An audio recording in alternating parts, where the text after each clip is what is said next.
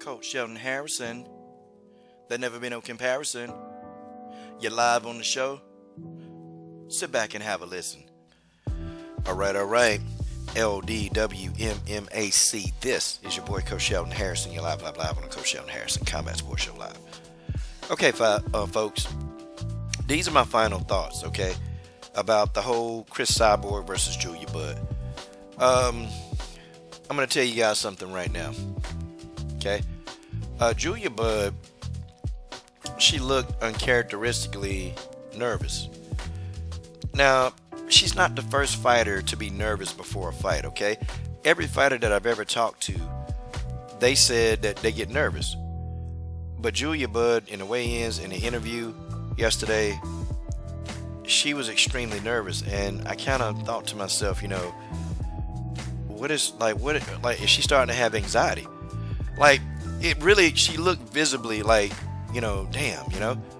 And even when she was being interviewed by Big John McCarthy, she just took this big breath and she started talking. And then I look over at Cris Cyborg. Cris Cyborg is overly relaxed. Like, overly relaxed. And I've never seen Cris Cyborg this relaxed. Like, it's almost like Cris, I almost want to think, because Cris been training hard for Julia Budd. But it's almost like she's not worried about what Julia Budd present. Not like the arrogance, like I'm looking past Julia Budd. No, she's not looking past Julia Budd. Cris is like, Julia Budd, she's got the attitude that Julia Budd don't have anything that's better than what I got attitude. I don't know, man.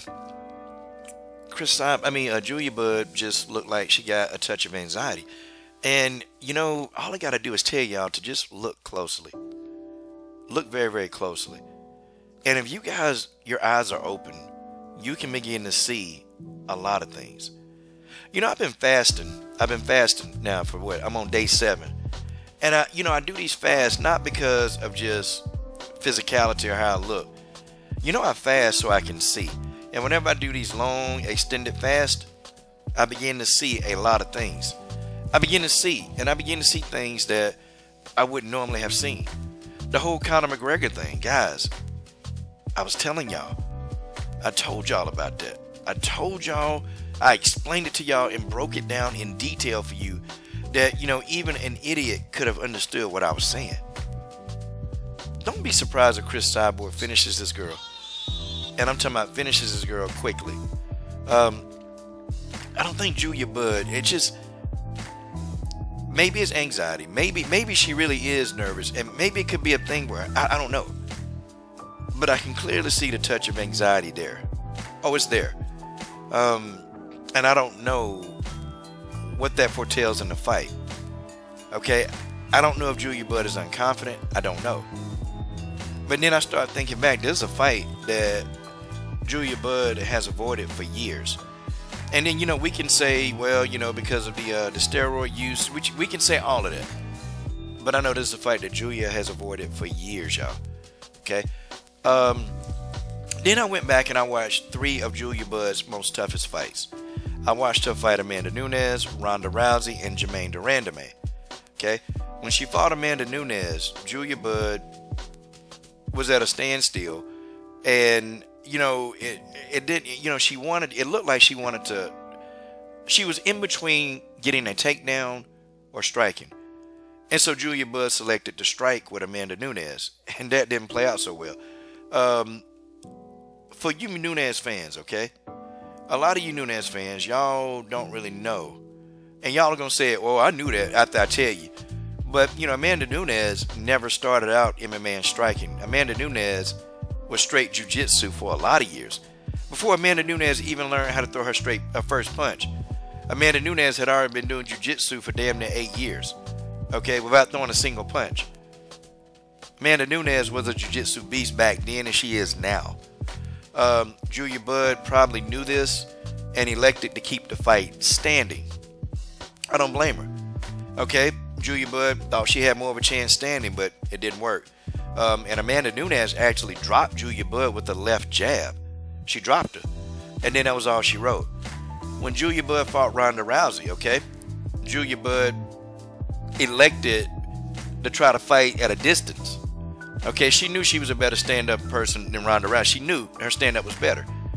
But Ronda Rousey just closed the distance. Ronda Rousey closed the distance very quickly. She didn't give Julia Budd time to react.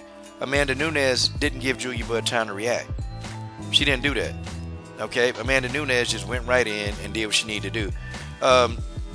Julia Budd definitely wanted no parts of the ground game with Amanda. Now, I'll tell you this, man. I'll tell you this. When Julia Budd fought Jermaine Durandame, whole different story. Julia Budd, not only did she not engage in any striking, Julia Budd immediately went for the takedown, and she was successful. Now you gotta understand, these fights were years ago, okay? Julia Budd made that decision quick because she knew Jermaine Durandame didn't have a ground game. She knew that, okay? And there were points in the fight where even she struggled with Jermaine Durandame. Now, this was years ago. Now, let's fast forward, because all you guys are thinking, how is this relevant?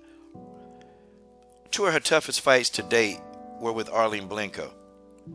I don't think Arlene Blencowe has a great ground game. I think her takedown defense is very good. And Julia Budd, she was trying to get Arlene Blencowe down. She kept trying it. Arlene Blencowe stopped those takedowns, and she forced Julia Budd to strike. She forced that. Me personally, I thought Arlene Blencowe got the better of the exchanges. That's my opinion, okay? And I thought Blencowe won those fights. I thought she did, but you know, Blencowe, even in close fights, man, a fighter like Blencowe, they're not gonna give her a win over Julia Budd. The judges won't do that. But I thought Blencowe personally won the fights. Now, if Cris Cyborg team, if they were smart, they looked at Arlene Blencowe. They watched those fights. Julia Budd was having a tough time. If Julia Budd thinks that she's going to come in and wrestle or lay on Cris Cyborg like she did a Jermaine Durandame, or, you know, try to bully her against the cage, that's Cris Cyborg's strategy, to let you do your thing on the cage. She's going to let you do it, okay? You're not going to be able to take her down. She's going to let you do it. See, Julia Budd is going to fight for those takedowns. She's going to try and try and try. She's going to be unsuccessful with the wrestling. Okay, you got to understand, Cris Cyborg went to Africa for a long time. And she did that so she can get some of those high-level wrestlers.